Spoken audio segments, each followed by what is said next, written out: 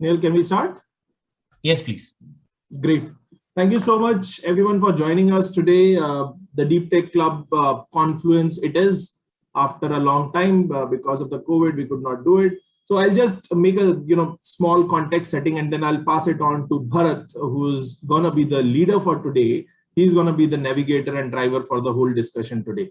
So Deep Tech Club, those who are new to the system, this is a flagship deep tech supporting program by NASSCOM, started 3.5 years back, and have been running in a very limited manner till last year. We recently, plan to make it the real face of deep tech industry in India, and with bringing some of the relevant partners, and IIT Kanpur, C3I Hub is one of our partner, and then there are other partners from corporate and the academic side. Confluence is the Deep Tech Club Confluence is a series of demo day. We don't do a one-off demo day for the startups that we have in the community. It's a highly curated community of the deep tech product founders. So here we are, we are on the day one, and day one is all about cybersecurity and fintech, and so after we have this session by some of the industry experts, and then followed by some enterprise connects one-on-one meeting between the startups and the enterprises, very senior people, and then investors meeting these founders. So in all, we have today some 250 plus one-on-one meetings scheduled between the startups and enterprises and the investors, and these are all one-on-one. So that's the whole essence of Deep Tech Club Confluence, which is again all about showcasing the capabilities of the deep tech capabilities of this country to the investor as well as to the enterprise world for the partnerships. So one hygiene question, hygiene suggestion to all of you. The sessions, while the session is on, the moderator Bharat has requested that if the audience have a question, please text it in the chat section. So we'll keep on taking the questions at the right time, because we don't want to break the flow. So Bharat will pick the question at the wherever it fits well. Moving on to the session, I would like to now invite Bharat Panchal, who is a veteran leader in cybersecurity space, worked with so many fantastic organizations like Citibank, Kotak, NPCI, and now so Bharat is now leading is part of the FIS Global. Bharat is also associated with C3I Hub, IIT Kanpur, which is the central agency for driving the cybersecurity agenda of the central government. So Bharat, without wasting much of time, I would now like to pass it on to you to take the session ahead and invite rest of the speakers for the session. Over to you. Thank you very much, Sunil. And it's been great pleasure to be with August audience. And first of all, let me convey my greetings to all of you of Krishna Janmashtami. It's a holy day today for Lord Krishna's birth. So let's enjoy the day in this universe of Krishna. When I have to be with this great panel, it's like a bagpiper moment for me, because all are my great friends, Vishal, Mohit, Ranjit, and Saket. I mean, none of them need introduction about what they are, what they've achieved, and what kind of history they have set. But for the sake of small introduction, I start with Vishal, very dear friend to me. He is a CISO and cybersecurity practice head for Infosys. But if I have to just give a short introduction about him, when we were in KG or kind of very premature stage of security, he himself sat as a leader of security 15-20 years ago when he was in Standard Chartered Bank or SDFC. So he himself is a benchmark of security in this country, especially banking and the BFSI sector. The kind of respect and stature what he carries, I think we are much below to his stature. So that's Vishal Salvi, very dear friend to me. Coming to a boy who is looking very smart always. He joined with us from California, but another dear friend to me, Saket Modi. At the time when teacher was teaching him, he taught lesson back to his teacher by hacking a teacher's computer at the age of 12, 13 years. And rest is history. I mean, I can assure you, I can guarantee you that if he has been there in the US, probably he would have already reached to a unicorn club much before than what he is going to be. But Saket and myself have, traveled together for the whole security journey in digital India in last 1 decade, and we've seen, a lot of challenges. We have overcome with a lot of challenges, and kind of benchmark Saket has set by introducing safe security in country is a phenomenal. Mohit Gulati, I think another great man, and he's always been kind to be with us and give us a lot of insight about what investor think, because we are talking about startup, fintech, and all sort of rosy picture. But when it comes to bet money on somebody's product or somebody's idea, how diligently he think, how differently he think from the investor perspective. So he bring completely different perspective, and he had the IT growth fund, and he has done phenomenal successful investment in his life. Great to have you, Mohit, with us. And last but not least, Ranjit Mishra, the man behind the 3CI Hub of IIT Kanpur, Air Force veteran, turned to professional, and currently he's a chief, industrial relations officer of IIT Kanpur 3CI Hub, and that's a place where we see many such great idea going to be incubated, and they are going to be future of cybersecurity. So that's Ranjit Mishra. I think that's a great panel today. I'm fortunate to lead this panel discussion, and I'm sure you all will be much benefited by this discussion. So I will definitely come to your question throughout the session. Whenever you have, please put it on your chat box, and I will point to a respective speaker. But let us begin with the digital transformation or digital disruption, what we are talking today. One thing that has been changed post or during pandemic, that technology has become necessity than luxury, because now everything is online, be it academia, be it professional, be it service industry, everything. So this digital disruption, one of the key aspects of this whole digital disruption is the integration of many systems, many data sources, many things which come together. And definitely when so many systems come together, it brings lots of risks. Let me start with Vishal, because he's a stalwart of this industry. So Vishal, can you please share your initial view about how this so-called digital disruption has made a change in our life? And as a security professional, what challenges you have came across, or what challenges you foresee with the current digital disruption? Vishal. Good morning to all of you, and thank you so much, Bharat, for having us here today. See, I think there are obviously various dimensions or point of views through which you can look at how the digital ecosystem is evolving. In fact, I believe that time has come when we need to start talking about digital security and not cyber security anymore, because that is a more appropriate name and gives us a more razor-sharp focus in terms of the topic that this whole domain is all about.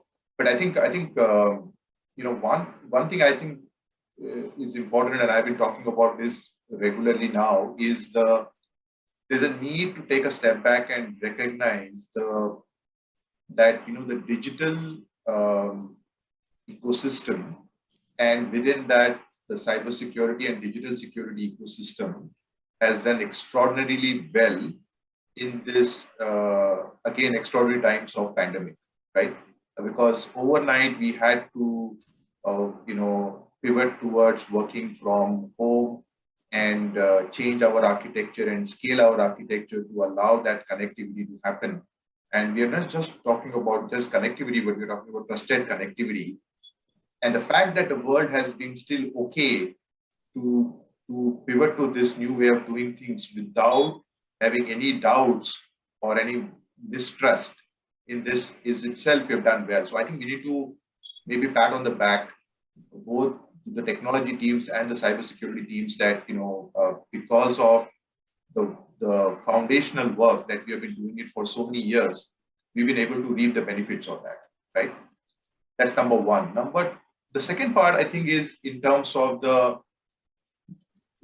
one is in terms of what's happening within the organization in terms of the connectivity ecosystem, interdependency, and how the future of tech is going to be. And the second is in terms of what's happening to the connectivity models and the dispersion of the devices, the dispersion of data, the migration of the data centers into the cloud, and even the organization and data center centric security architecture moving into the cloud and moving to the edge, right? With the sense, so cyber is all about being sentient, right? It is all about being able to sense and collect data and then do something about it. Both in terms of sensing as well as in terms of orchestrating the information coming around on threat intelligence and other things, and then trying to do something to manage those threats as we observe them in any of the endpoints. So clearly there has been a tectonic shift, that has happened because the orchestration has moved to the cloud and the enforcement has moved to the edge, right? So that, I think, is a significant change, more in terms of the connectivity. I think on the part related to the ecosystem and interconnectivity, we are obviously in the exciting times and also challenging times. Exciting times because we are now talking about adoption of containers, adoption of hybrid cloud, adoption of mobile, which has been around, but I think it's happening in a very different way right now.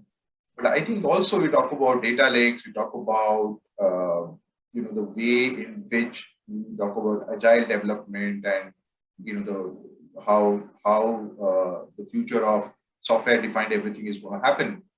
I think it is exciting from a tech point of view, but at the same time challenging from a cybersecurity point of view, because you not only have to train your teams to really understand what's happening and be able to manage the security of that, but the traditional models of enforcing security are no longer applicable, right? So you need to do hyper automation. You need to do security as a code, security as a software as a code, software as a policies, software as you have to put software to everything. You cannot scale otherwise to the rapidly changing way in tech is going to be managed in today as well as the future. So there is a significant challenge in front of us.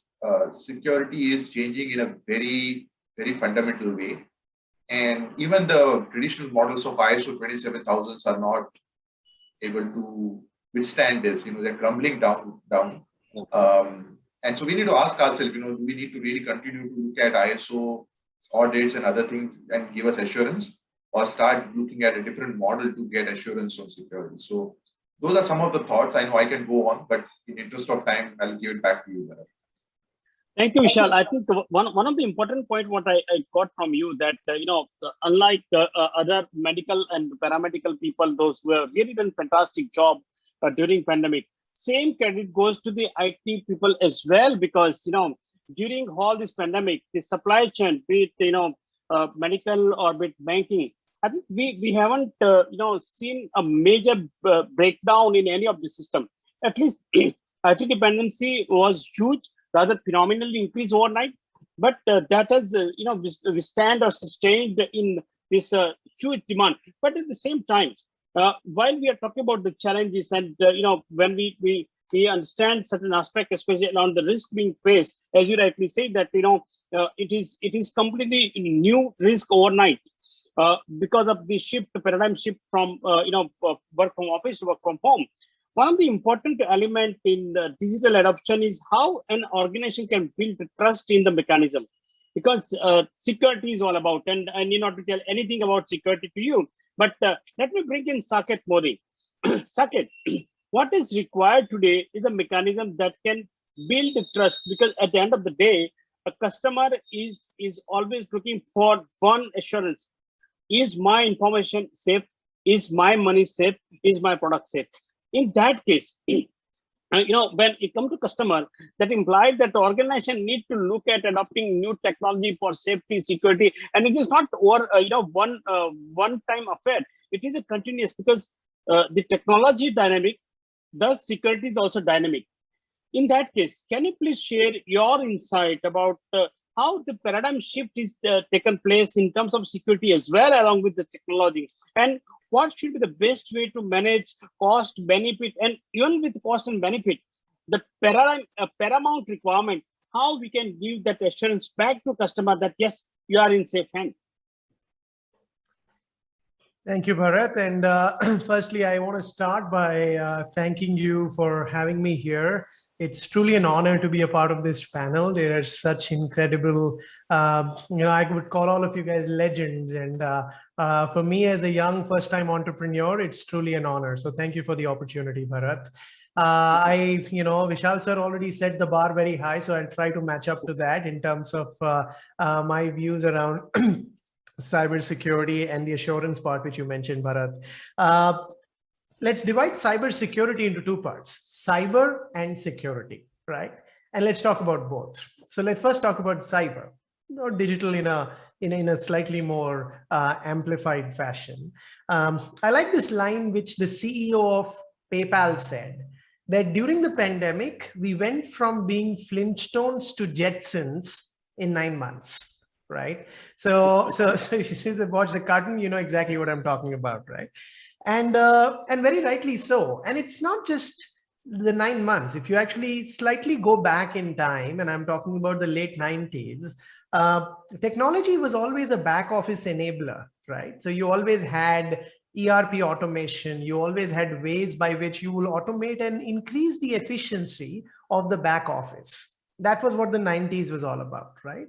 Early 2000s was all about how do we get the internet, right? You had, for the first time, internet reaching out to so many people, and there was a big revolution around the internet. From 2010 to 2020 has really been the mobile phone revolution, right? So you actually had cell phones, and today India has more than 600 million smartphones and over 1 billion cell phones, right? And the global count of cell phones itself has crossed 7 billion already, while there are 7 billion people on the planet. So if you think about it, and smartphones, obviously 3.5 to 4 billion smartphones. So the point I'm making there is that if you see, we went from back office automation to technology coming closer and closer to us, whether it's personally or professionally. And today in 2021, we are at that point where, and especially with the pandemic, you can hardly imagine any aspect of any industry doing any work.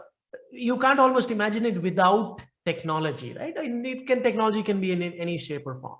So if you see, technology has transformed from completely a back office automation all the way to not only the front office, but it's become the primary medium in which you communicate with your customers, you give them the right experiences, your cash has become from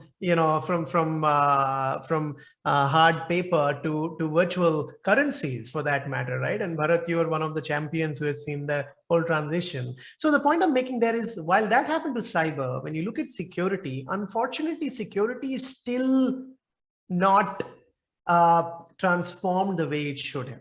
Security used to be reactive, which was always the case, and very rightly so. It was reactive, and it was meant for geeks and nerds, right? It was meant for people who are in IIT Kanpur studying computer science and can really deep dive into an AES 256 encryption algorithm and go ahead and break that and make it safer, etc., which is very rightly so, and you still need that. But unfortunately, that was because technology was used by a very limited set of people. Remember, internet was actually invented by the US Army as ARPANET, and then it proliferated everywhere. So when only few people were using it, which were very highly technical, which were the scientists in the army, it was okay for a few people to do the security. But technology suddenly the blast radius of that has gone to like 3 to 4 billion people very easily, that the internet is touching. Technology is a much bigger radius. Security, unfortunately, has remained very siloed, and you still have a lot of jargons, and you still have a very, very niche understanding of what security means. And I would say that's the big challenge today, Bharat, where, we are still reactive. We are still, in fact, most companies where we talk to, and of course, you guys do this much more than I do, the biggest project that a lot of companies, majority of them, even if they're slightly moved beyond what Vishal sir said at the ISO 27001, where we have a SOC and we have a SIM. But if you think about it, the fundamental meaning of a SOC and a SIM is reactive, because it's reactively telling you, are you being hacked right now? It doesn't tell you, can you be hacked in the future? So we have to go to a predictive way, and in a way which is quantified. And it's happened in other industries, if you think about it, right? So if you talk about healthcare, when you get a blood test report, you actually get hemoglobin count and a number and a range, and you know whether you can trust, and whether you're okay or not. Unfortunately, that's not the case with cyber. You're dialing it from your laptop. If I asked you how secure your laptop is, you don't have a real-time answer. How secure is your cell phone? You don't have an answer, at least in a real-time way. And that is where the world needs to go to, Bharat, in my view. It needs to go from reactive to predictive. And that's where using the next 10 years will be about how can you use data to leverage intelligence out of it. And that's where your artificial intelligence and machine learning comes in. So that's just at a 40,000 feet of what I think about cyber security and assertiveness on technology, Bharat. Hey, thanks. Thanks, Sagar. It's a very nice perspective you put in. And when you touch upon the reactive to reactive or preemptive, I think we have a long way to go. You are absolutely right. Because, my medical report, I can't get a report of my laptop and say, hey, I'm going to be hacked or not.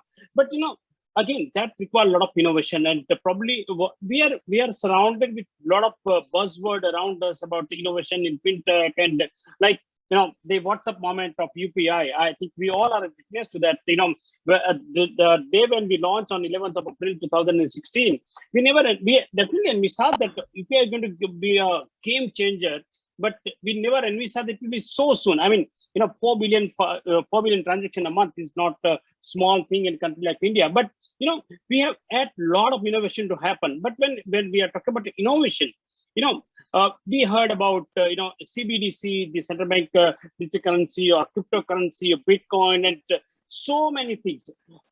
One point of time, I'm even thinking that are we reaching to innovation saturation in terms of fintech? But when we think from the security perspective, probably that become completely a negative thought. No, we are nowhere near to saturation for innovation in terms of fintech security.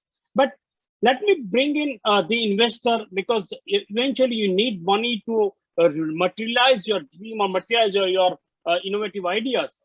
Mohit Gulati said, as a fund manager, do you see that there's a lot of room about fintech innovation, especially in security? And when you look all this possibility, obviously you always see risk versus reward and opportunity versus the risk involved with that. So I want to know from you, can we safely take the existing trend of innovation in terms of fintech and cyber security, and can we extrapolate them into the prediction when it comes to investment in fintech? Because eventually money run everything. It's not the other way around. So your views, Mohit. Thanks, Bharat. You spoke about you used a word which said saturation. I think I'll beg to differ on that one, right?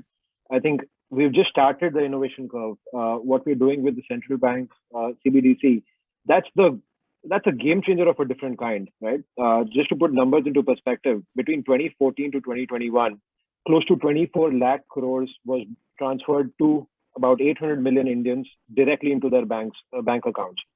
But the problem is, once it goes there, where that money is actually used, nobody has any traceability around it, because it can always go, you can go to the bank and encash that money and move on. So a lot of that money even gets pilfered despite the DBT being there. What, a blockchain-based currency, which is backed by the central bank, which only say if I'm giving you, money only to buy seeds, then you can actually only buy it with seeds, because I can protect and ring fence that currency only to do that particular transaction. I think the fintech, the part of, I think in India, fin was there, but there was no tech earlier. Okay. Now we have the right fin and we have the right tech. The fin will actually be able to be monitored, right? Your cash and your capital that's there in your bank account will be able to be monitored.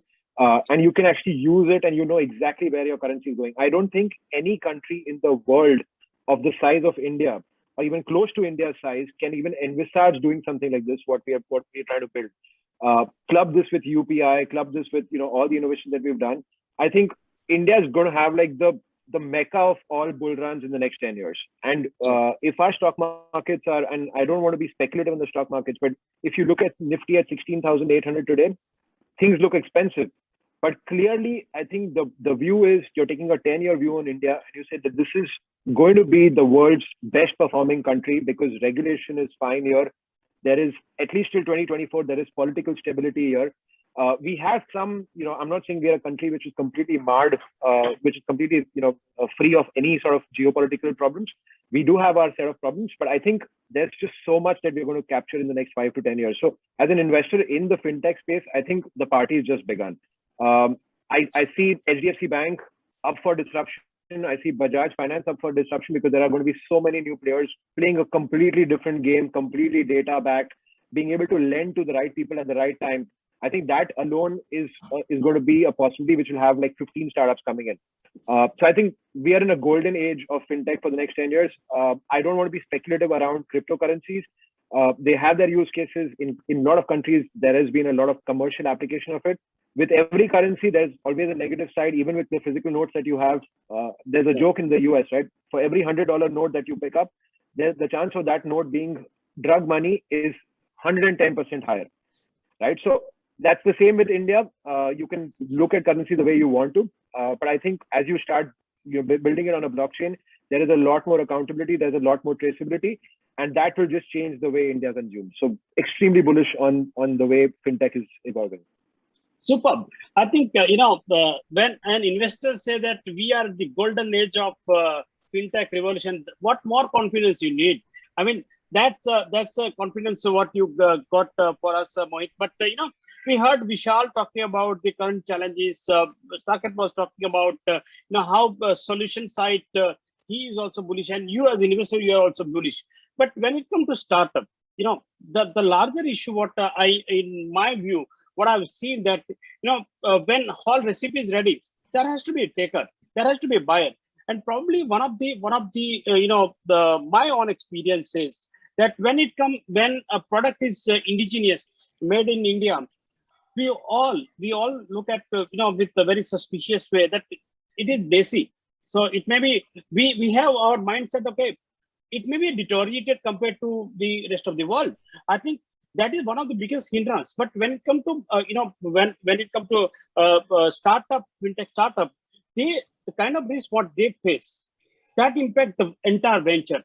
And let me bring Ranjit from IIT Kanpur, who run the 3CI Hub, because, few of the scenario of startup, and I'm sure Mohit also faced it, or Saket also faced, and I'm part of both of the journey. I've seen how they were struggled in their initial days, that there is no guarantee that whatever you have for your product, there'll be a good market and there'll be a good customer. There's no assurance that the people will buy a product. Same time, you need to borrow a hefty money to finance your venture at the earliest stage where no one is ready to pick up your hand and support. So that's the biggest hurdle for any startup. And on top of that, the kind of perception about the Indian startup, that is completely deteriorating. Ranjit, can you please tell us that how 3CI Hub at IIT Kanpur is planning to change this perception of innovator who wants to come forward and work for the Atmanirbhar Bharat or Make in India product, which can take leapfrog for rest of the world? Can you please talk your thought about that? Sure, Bharat. Thank you so much. First of all, let me share my gratitude to all the panelists. I think so. This is a great platform to share, what a research institute or leading technology institute like IIT Kanpur are, working upon. And as a government, India has realized that time has come, as you rightly said, that we need to have our own indigenous desi, technology companies, and we should not depend upon the foreign multinational technologies, especially when it comes to cybersecurity and securing our national critical assets. So I think one of the mission of C3 Hub at IIT Kanpur, apart from we have 4 major areas, but one of the main mission objective is to incubate startups in cybersecurity and cybersecurity of cyber physical system. Because if you look at our critical infra, the cyber physical system becomes the primary target. So that challenge has been given to C3 Hub. And I think the biggest challenge for any early stage startup, which we have seen in our experience with the first cohort, is that, or any innovator, is that their initial prototype of financial support. And most of the startups, they struggle with their, how do you get that financial support for prototype development? And we here at IIT Kanpur, with the help of Government of India, basically Department of Science and Technology, has funded us. And our primary objective is to basically help and support these aspiring entrepreneurs, not only for their prototype development in terms of the initial cost, but also take care of their monthly running costs by providing them monthly fellowship for the period of 2 years. Because obviously when you you also have to run your house, right? So basically we do both in parallel. And our aim is to make sure our startup innovators focus on their strength, which is innovation, their product development, the product innovation, and rest we take care as a technology innovation hub with our partner first, which is an incubator. And all startups which are incubating with us, which incubate with us, they have access to the larger ecosystem in terms of state-of-the-art lab, test bed access. We have faculty and the alumni access for regular mentorship programs. And then also we work with our industry partner for continuous business mentorship programs. And as a country, I think the biggest challenge what we see today is we depend too much on our technologies which we import from foreign MNCs, especially the sensitive cybersecurity, which is very, very sensitive. And I think government has realized that kind of attacks happening today primarily on our critical assets, critical infrastructure assets, and which can really damage our economy. So I think time has come that governments have realized that now we have to develop and own our indigenous technologies, and for that C3 has taken this challenge, not only to invite these aspiring entrepreneurs, but also incubate them like a baby. You basically help them build up their prototype, and then sail them through a journey where they can be on their own and not only sell to the customers in India, but also export technologies. So I think we need to follow some of the West countries like US, Israel, which have given the that kind of ecosystem support for their startups. And I'm really fortunate and feel privileged that I got this opportunity to work with some of the leading professors, Professor Maninder Agarwal and Professor Deep Shukla, to lead this initiative to get these startups on board. And unfortunately, in our last cohort, where you were part of our evaluation committee, we have done, we have incubated 13 startups, and now we have launched second cohort, and we'll be doing another 27 startups to add on our list, basically. So I really feel that time has come that institute like IIT Kanpur and other leading institutes should take a lead and work closely with not only industry partners, but also with end customers, and to create this ecosystem for startups. So that's some of the thoughts which I think, from your perspective.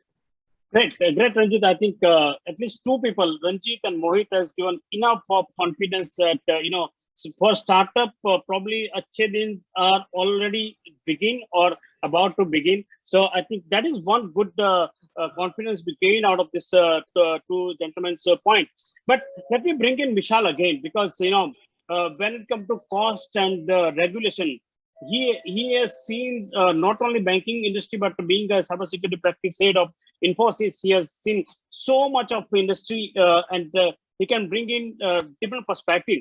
So Vishal, we touch upon, during your talk, or Saket or Mohit, we touch upon about the acceleration caused by digital adoption in India, and especially during pandemic. You also mentioned that how well we manage it. But given the pace, we are definitely seeing the challenges being faced by organization, ranging from increasing technology costs, because naturally, the closed environment which we used to work earlier, now it is completely distributed. The containers came in, the cloud came, hybrid came, lot many things. And on top of that, the security is completely out of your control. It has gone into individuals' houses.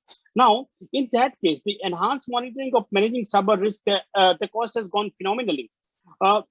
Regulator were never kind, and they will never be kind. They will not take the circumstances into consideration, but they want to make sure that we will remain always secure in any situation. And therefore, probably RBI has also come out with a digital security control framework very recently. So can you please share some of insight on how various industries are gearing up for these challenges to manage security, manage regulatory requirement, and the current pandemic situation? What is your view about the preparedness among industries? So Bharat, I think, again, I'll try to kind of give the answer from a different perspective. I think the first is that, if you look at the way the Indian IT services industry was tracking our business, right? And maybe around 5 or 6 years back, we said that, we will have something which is core and the other which is digital, right? In the last 5 years, and the whole the IT services industry has been reporting the business, and already digital business has grown to more than 70-75% of the total business, right? So the amount of change which has happened in the last 5 years from core to digital has been humongous, and so much so that now we are not anymore talking about digital and core. We are now going to talk about what does that digital mean. So and cyber obviously is an important component of that larger digital piece. In fact, cyber security is 100% digital, right? So this is one aspect I think we should recognize, that the business itself has changed, and IT is no longer the traditional core IT. It's now seen more of a business driving technology, right? So we can't imagine any business model without tech deeply integrated in it, right? And we talked about the amount of disruption that can happen in fintech, but these disruptions are happening in all industries. We talk about healthcare, we talk about manufacturing, we talk about, in fact, the automobile industry is saying that we want to be known as a software company which also makes cars, right? And so software, I think, is the new alchemy, as we call it, right? So so that, I think, changes, definitely going to keep on giving us very exciting things in future, right? Some of the things which we can't even imagine right now. But I think so digital or technology is no longer seen as a cost center, which is really how the technology was seen earlier. It is actually now the business. It is the core business model, right? And so it's not seen as a cost. It will be always seen as an investment, right? And that change is happening in a very fundamental way. So that is one aspect, right? Now your question about regulations and security as a cost, and how do we sort of look at that? See, the reality is regulations or compliance is always going to be reactive, and it is always a postmortem, right? Yeah. So regulations will only come when a regulator sees that there are certain fundamental systemic risks which the businesses are ignoring and are not focusing on, and therefore now I need to come out with the regulation, because otherwise it will go, a systemic risk will manifest into something which is unmanageable and untenable, right? So that's really the function of regulation. So generally speaking, regulations would be anything between 1 year to 3 years late compared to where the risks are. Okay. So the inherent problem with that is that sometimes when you are trying to do risk management for your organization and you want to do compliance, they may not be fully aligned together. So you would be doing compliance for the sake of keeping the regulator happy, and you will Just also tick in need the box. to do, and you need to still do your risk management, because that is really what we need to do. And then depending on which industry, which geography you are, you would end up doing a significant part of your role as a CISO doing compliance, and then whatever time is left, you will actually do, Something on security. Yeah. So that is the dilemma, right? And depending on which industry you would be, changing. So for example, in the banking industry, the percentage could be as high as 70% compliance and 30% other things. In a IT services industry, it will be 100% cybersecurity. Yes. Because there is, you obviously need to comply, but you need to comply to your contractual obligations, your legal obligations, because you're, supporting, various countries, various geographies, various type of customers.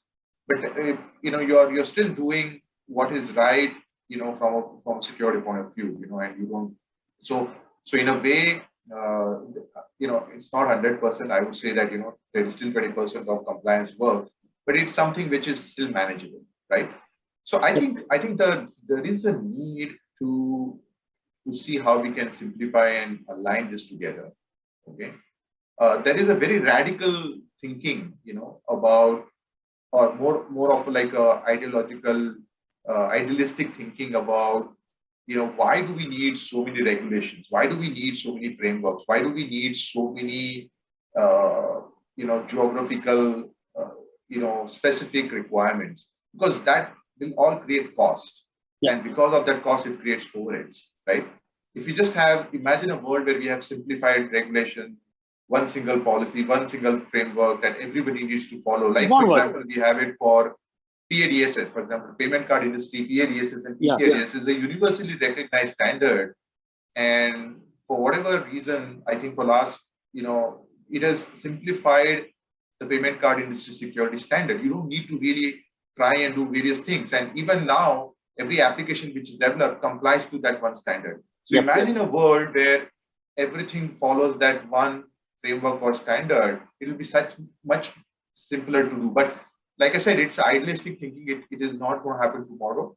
But I think it's important for folks like us in forums like this to talk about it, so that we recognize that as a problem and an overhead which we need to do without, so that compliance aligns with the goals of what the risk management objectives of the organizations are. So that's really, my views on compliance and cost of compliance. Thanks. I think you put very right pointer about the security is no more a cost center. It is an investment, and I think just to add into that somebody asked about return on investment in security. That means till the time you are not hacked, that is your ROI. And but with all said and done, the ecosystem is getting bigger and bigger. The risk landscape really, I myself have seen as a one of the change agent in the digital transformation of this country, that what we used to face challenges in 2011 and 12, and after one decade, it has gone phenomenally completely different today, because the first are always coming with the new exploit, the new areas, new method. And in India, I think one of the dilemma or kind of limitation for us, that what kind of fraud what we see in our country, probably it is nowhere available in the world. So it's very difficult to benchmark. So Saket, can you just bring some perspective in the change threat landscape, because it has changed with a lot of new threat vector, like ransomware is all around now. Everybody is facing those challenges. So how do you see the new gen technology about cyber security or cyber risk management keeping the pace with the threat? Because in earlier talk you touched upon about the AI and ML and predictive analysis, but what is the realistic scenario? What Vishal was talking about the idealistic scenario from recognition, but when it comes to technology, it has to be always realistic and preemptive in nature. So, can you give your views about those technology and the cost benefit of that? Certainly, Bharat. And, let me actually do this. Let me actually tie a few of you guys on this answer, Bharat, right? People always ask me this question, and I see this all the time when you do a startup, right? Where do you get your idea from? Because what you're asking is, Bharat, how do you know what you're thinking, or anybody who's thinking of a startup or a new idea, how real it is from an application perspective, right? What will really matter or what will not matter, right? And the answer is actually pretty straightforward and simple, right? And the answer is ask your customers. And I'll explain you what I mean by that, right? And let me take a few of the examples of the panelists that I have, and I'll take a few minutes just to give you my own story, and I'll tell you why I'm saying this, because it is such a relevant forum to share this story. So we are a startup which is incubated from IIT Bombay, right? So when Ranjit was talking about, incubation and nurturing it, treating it like a baby, I still remember IIT Bombay telling me, and their CEO of the incubation cell telling me, Saket, you're not doing a very smart thing by running a services company. You got to change into a product company, and you should think of a more scaled up solution, et cetera, et cetera. And I still remember the young, arrogant me and, saying, ma'am, I know what I'm doing. Trust me, there are such huge services company. I will build a big services company and you will see that, et cetera, et cetera.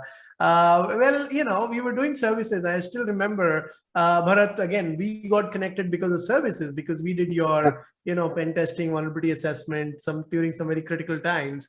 But I was not very smart to listen in that. I would say I missed a few years of our evolution because I did not listen. But again, the kind of stuff that I learned from my incubator, it means the world to us.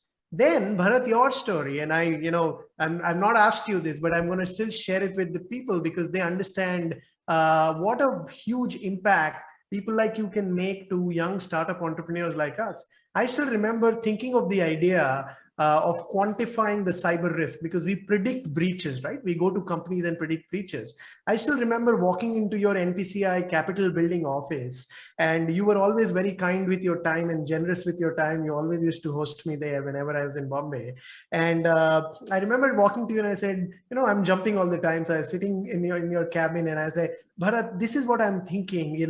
I've heard of these things where I want to put in, these APIs together and predict the likelihood of a breach. And I want to do that as a product, as a SaaS company. And I still remember asking you this question that, Bharat, there is this big investor who wants to put in money into us, and this is the terms that, he's giving us. What do you think, first, should I do the startup in terms of the product idea? And the second thing, do you think these are the fair terms? Because you see so many startups.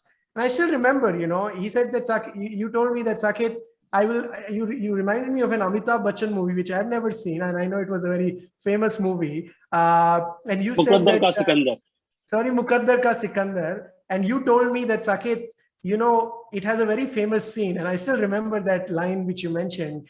Saket, the actress, when the brother of Amitabh Bachchan comes to her and says that, I will pay you 10 crore rupees, just go out of the life of my brother. And she takes out the picture of Amitabh Bachchan and says, "Itne mein to main iski tasveer bhi na bechu." And that was a big moment for me. I had the chief risk officer of India's most apex forward-looking payment body telling me that, Saket, your idea is so valuable that if somebody is asking you for these terms, I would not even, they are throwing peanuts at you. Don't take that. And we did not take that investment, if you remember, thanks to your advice. At the same time, you saying that, do this will work. I remember the two people who made a big impact while we were starting. This was 3.5 years back, 4 years back, right? We were very, very early in building the product. One was you, the other was the chief technology officer of PayPal. When I spoke to him, he said, look, I will invest into you, take my money, right? So when Bharat Panchal in India and when the CTO of PayPal in San Jose are both saying that this is a huge problem which is not being solved, I said, boss, I don't need any more validation. I have two extreme ends of the world, both telling me that jump right in and make things happen.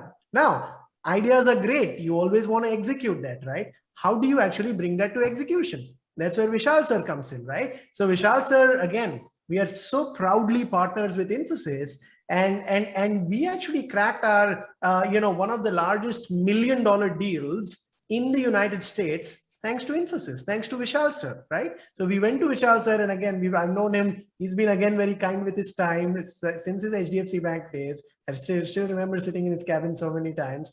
And now that he's with Infosys, right, we've carried that relationship, and he's been so kind and generous that even if we are a young company, young startup, he's actually enabled his whole team, which is taking my product to the market. As a small company, we can never dream of the access that an Infosys will have, because they've been there for decades and there's this massive relationship.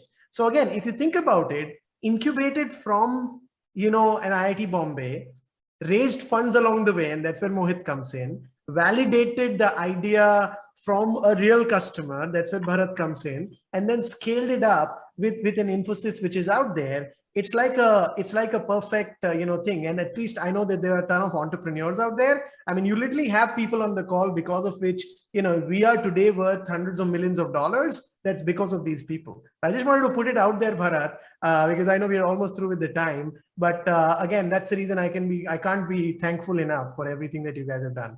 So, excellent. Bharat, I think you brought it, the famous dialogue, but Mohit comes with this scenario all the time, because yeah, that was a great moment. You just recall about Ignameto Kastvin Abechu. When the investor comes and they have money on table, and the other hand you have idea, it is always a trade-off. But when it comes to investor, to whether to bet money on this product or not, that is always a dilemma. And I don't know how do they.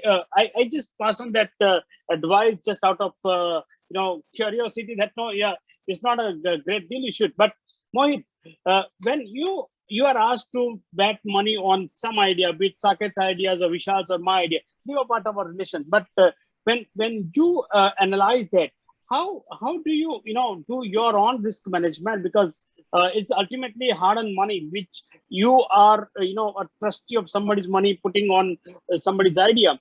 So can you please tell us that how do you decide on where to bet, where not to bet in terms of fintech investment? Awesome. I'm actually going to take it from where Saket left it, because in fact Saket and I did speak. I don't know if he remembers way back in 2014 when he was raising his first round. Saket, the company was called something else back then, right? It was with L. Lucidius. Yes, and we changed the name to the name of the product, Safe. Yeah. Yeah. So it's a funny story, right? There's Saket, explaining to me, and sorry, Saket, I'm just taking this example because now I think it's relevant since you've already given your story. Of course. So Saket comes and pitch. Of course, he was extremely bubbly. I would say a little naive at that time, and those are the things that as investors you're looking for, right? You're looking at an entrepreneur, you're saying, okay, is there immaturity in understanding, or is there going to be a curve of learning post which one should come in? And there are multiple factors that get counted when you're looking at risk, particularly while investing in early stage. You're looking at the product, you're looking at the person. For me, when I looked at your company, Saket, I was sold on the person, but on the product, the push strategy that, it was almost like I'm watching Aaj Tak and saying, चैन से सोना है तो जाग जाइए, cyber security आपके sir पे है, आपका फोन सेफ नहीं है, आपका कुछ भी सेफ नहीं है. So that part, right, for me, where you were actually wanting to go to companies and tell them that there is loopholes in your cyber security and I'm going to be the one plugging it. That for me was not the right mode. I need companies, and today that's changed, right? Today companies come to you and say, and I know even my own group came to you a few years ago when we had a cybersecurity attack, right? And it was great working with you because we needed your solution. More need-based solutions need to come in, right? So again, going back to that early stage strategy, I think there's no one size fits all. There's always going to be a different mantra for each investment. The last part I just want to sort of leave out with, and Vishal spoke about it, is with regards to the regulators. I've been looking at the fintech space for a very long time. I've been looking at regulation for a long time. I've been working with some of the policymakers for the longest time.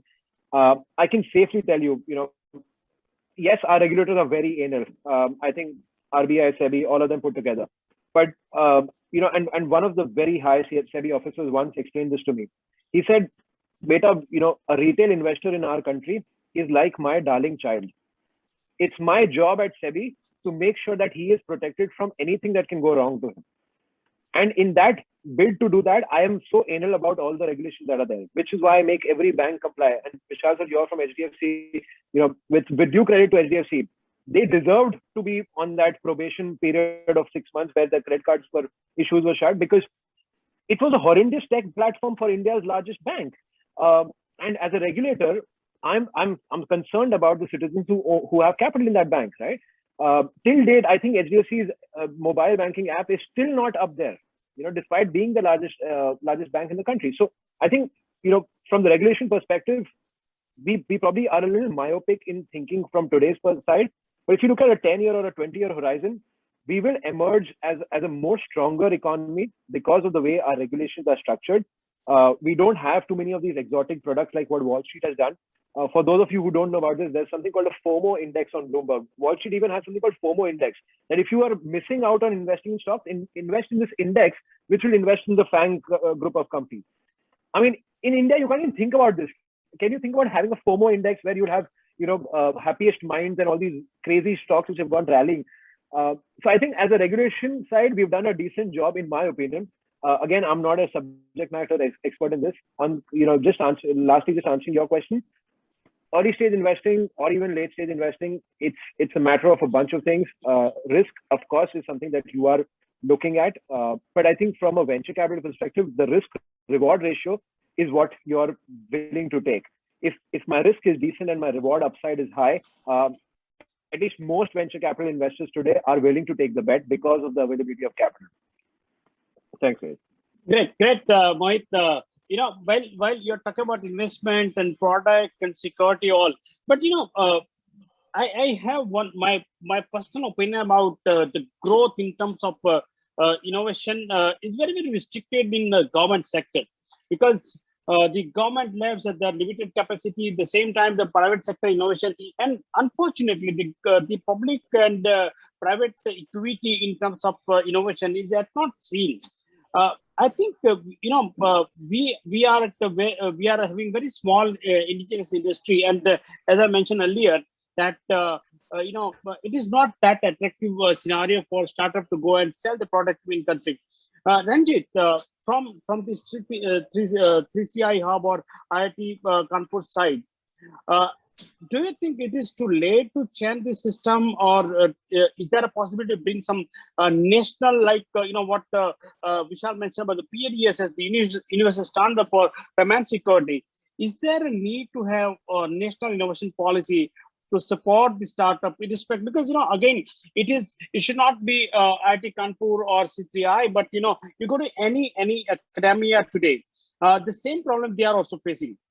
Would you please bring some focus on the possible innovation policy to support the startup? I think so. This is a great observation, Bharat. And time has come that Technology Institute and leading academia like IIT Kanpur and other institutes should work closely with government along with selective industry partners for creating such national innovation policy.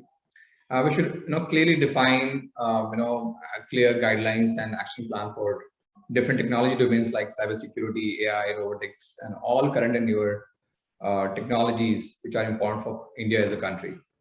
Why countries like US and Israel are ahead from the rest of the world, in technology innovation? Because the respective government, they create atmosphere where all aspiring startups can avail funds for creating and developing best innovation, but also they create a system of becoming end user or buyer, right? So that's, I think, very, very important for today for our government. And today, in most of the startups don't take off to commercial stage, as we have discussed here, because they lack enough market to buy their product because of the mindset of the buyer today, as you rightly said, right?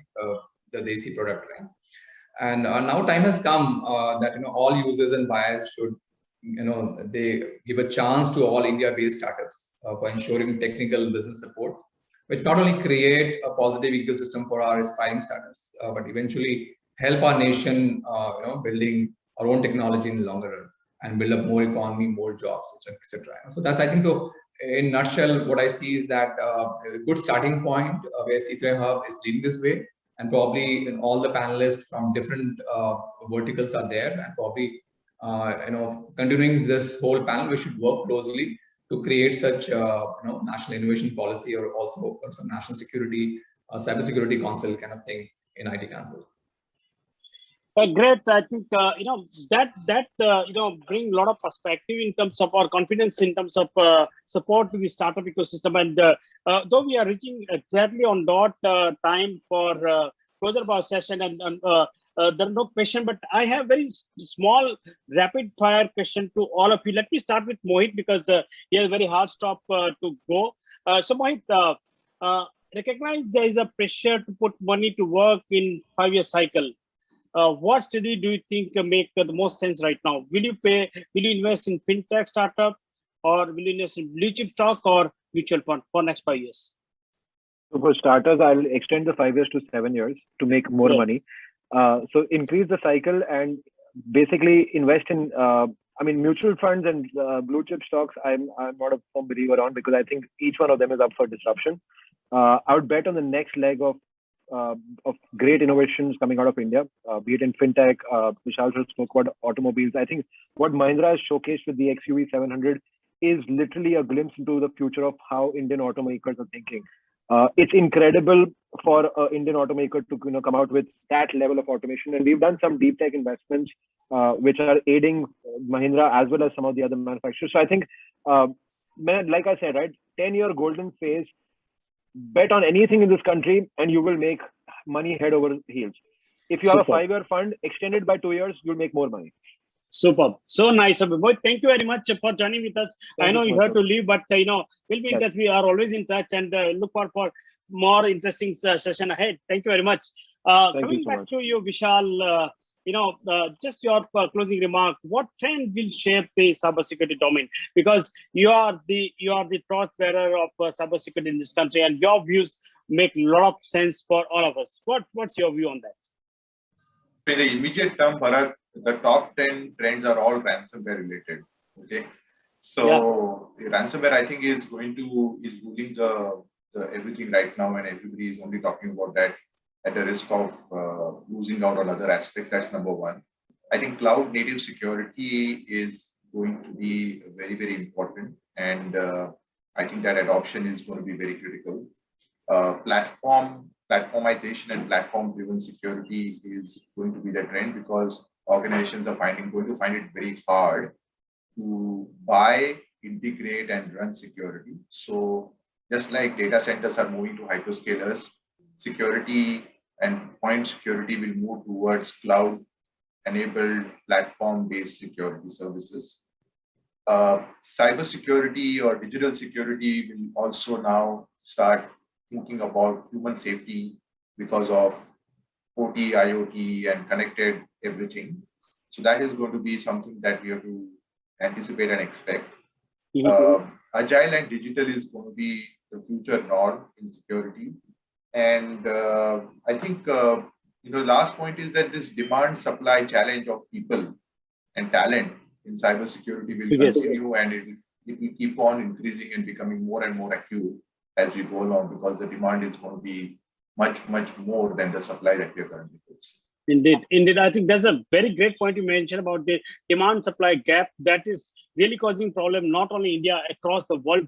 But let me come back to Saket, and that's the question every board, every senior management, every regulator is asking: how safe we are today and how safe we will be tomorrow. Can you please give some predictability around it? But that's what I do for a living. And again, that's something that we've been very fortunate to see very closely. The way you can predict a lot of things. For example, today using IBM Watson, you can actually predict lung cancer based on a lot of parameters. If you go to a bank and apply for a loan, they're predicting will you repay your loan or not, based on your credit history, bank balance, net worth, etc., etc. So there are proven algorithms, things like Bayesian network, that you can use to predict a lot of things. The same needs to be applied to cybersecurity. And that's something obviously we've been doing for many years now. And, we've been reasonably successful at doing that across the globe. So that's my views on those lines, Bharat. Thank you. Thanks. Very nicely put, Saket. So, Ranjit, Mohit was very bullish about the very bright future of the economy of the country. At the same time, the Atmanirbhar Bharat, that is just not a slogan. And that's what is my belief, that it is a deep sense of self-sustained India in coming years. So can we see that a Chedin for startup is already begun or about to begin very soon? Oh, absolutely. I think so. This whole, starting takeoff from C3 Hub is a, message which goes back to the market. And I think the government has realized that they cannot work in isolation, in silos, and they have to work with industry partners like, Vishal Salvi's company, successful startups like Saket, and investors like Mohit, and some of the industry experts like you. So I think we have to all work like a family if we really want to build up a great nation and to defend our critical assets. So we all have to come together. And that's that critical time has come now to all of us to work on this common platform. So I think that's a great end up of this beautiful session. We all had interacted a lot. Vishal brought completely innovative at unique perspective about the cybersecurity. Saket brought a good sense about predictability. Mohit has his own view about investment, and Ranjit, you bring a lot of sense for the startup to give confidence that there is some system already developed or being developed to support the whole system. I think I'm sure that the audience and all, but I personally always enjoy to interact with all my dear friends, but I'm sure the audience must have enjoyed. And the coordinator from NASSCOM, Sunil, thanks to you for bringing all of us together. It's indeed a great pleasure to speak to all dear friends again. And I'm sure that there are a lot of takeaway from the session. We cannot change the system overnight, but there is a lot of sense. I personally got that so many things are happening, which will definitely be fruitful maybe in coming years or coming time. But academia, industry, the solution provider, and investor, everyone is bullish. There is a great time ahead for fintech and the cybersecurity. With that, I'm just ending this session. My personal thanks to the organizer, NASSCOM, and IIT Kanpur, my fellow panelists. Thanks for joining with me today, and have a nice time ahead. Thank you very much. Thank you so much, Bharat. You have been a great leader and the moderator for the session. It's a backpacker moment for me because my dear friends are there. It's always like that. No, the panelists are all awesome, and we all enjoyed the session. Thank you so much, and wishing all the startups all the best for the rest of the day, because you have some critical meetings aligned for today. So wish you all the best. Thank you so much, Bharat. Thank you. And all the panelists. Thank you very much. Thank you, everyone. Bye now. Thank you.